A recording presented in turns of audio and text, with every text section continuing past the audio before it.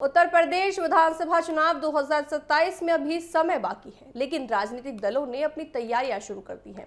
हर party अपने लिए नए समीकरण बनाने में जुटी हुई है। कोई पिछड़े वर्ग यानी ओबीसी वोटों को साधने की कोशिश कर रहा है, तो कोई दलित और अन्य कमजोर वर्गों को साथ जोड़ने की रणनीति बना रहा है। इसी कड़ी में समाजवादी पार्टी भी अपनी पुरानी सफल फॉर्मूले को एक बार फिर इस्तेमाल करने की तैयारी में है। सपा 2027 के चुनाव में अपनी पीडीए यानी पिछड़ा दलित और अल्पसंख्यक फॉर्मूले को और मजबूत करना चाहती है।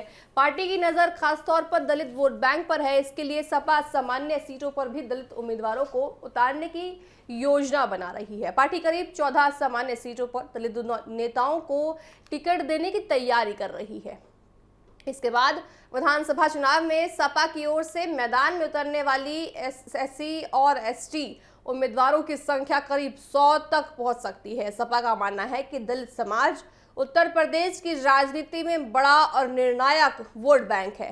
अब तक दलितों का एक बड़ा हिस्सा बहुजन समाज पार्टी के साथ रहता है, लेकिन पिछले कुछ चुनावों में बसपा का प्रभाव कम हुआ है। ऐसे में सपा इस खाली जगह को भरने की पूरी कोशिश कर रही है और दलित मतदाताओं को अपने साथ जोड़ना चाहती है। दरअसल सपा ये रणनीति पहले भी अपना चुकी है। 2024 के लोकसभा चुनाव में पार्टी ने सामान्य सीटों पर दलित उम्मीदवारों को मैदान में उतारा था। इसके सबसे बड़ा उदाहरण अयोध्या और मेरठ सीट रही है। अयोध्या लोकसभा सीट से सपा उम्मीदवार अवधेश प्रसाद ने जीत हासिल कर सभी को चौंका दिया था। वहीं मेरठ सीट पर सुनीता वर्मा ने बीजेपी उम्मीदवार अरुण गोविल को भी कड़ी चुनौती दी थी। बेहद कम अंतर से चुनाव हारी थी। अयोध्या की जीत ने सपा को ये भरोसा दिलाया कि सामान्य सीटों पर दलित उम्मीदवार उतारने की रणनीति काम करती है।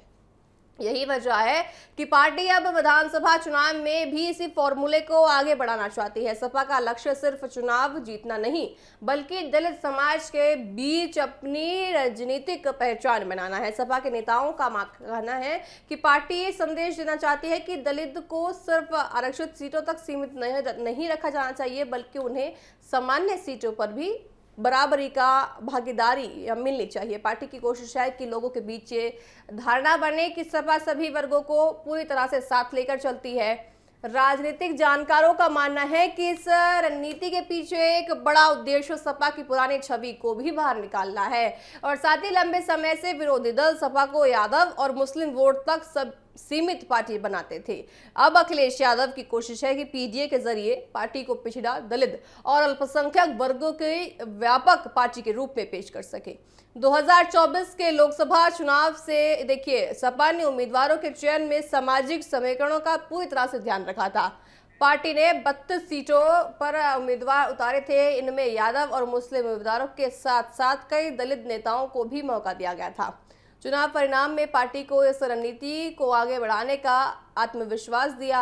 अब 2027 विधानसभा चुनाव में ये देखना खास होगा कि क्या सपा का ये दाव काम कर पाता है, सफल हो पाता है या नहीं। दलित वोट को अपने पक्ष में करना आसान नहीं होगा, क्योंकि इस वर्ग में अलग अलग क्षेत्रों के हिसाब से अलग अलग राजनीतिक पसंद रही है। लेकिन अयोध्या जैसे चुनावी नेताओं ने सपा को नई उम्मीद जरूर दे दी है।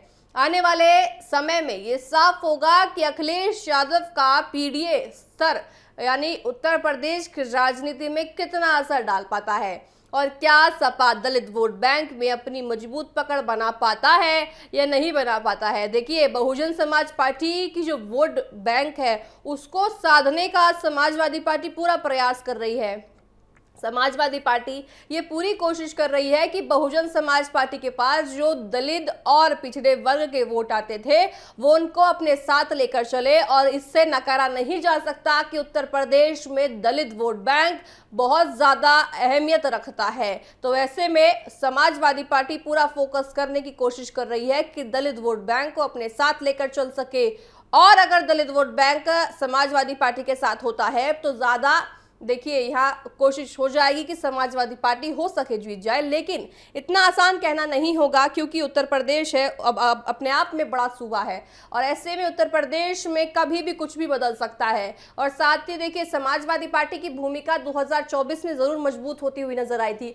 कांटे की टक्कर बीजेपी को साथ ही दी थी समाजवादी पार्टी ने, लेकिन उत्तर प्रदेश में अभी भी पकड़ बीजेपी की है और बीजेपी सभी वर्गों पर पकड़ रखती है, चाहे वो पिछड़ा वर्ग हो, चाहे वो बात करें, सभी वर्गों पर जो बीजेपी सरकार है वो अपनी पकड़ बनाते हुए चलती है। ब्राह्मण में भी देखिए, ब्राह्मण जो वोट बैंक है वो बीजेपी का कोर वोट बैंक माना जाता है। तो ऐसे में बीजेपी भी पूरा प्रयास करेगी जो दलित वोट बैंक है उनको अपने साथ कायम रख पाए, और जो लोग बीजेपी को वोट नहीं देते हैं अब की बार वो भी वोट बीजेपी को डालें।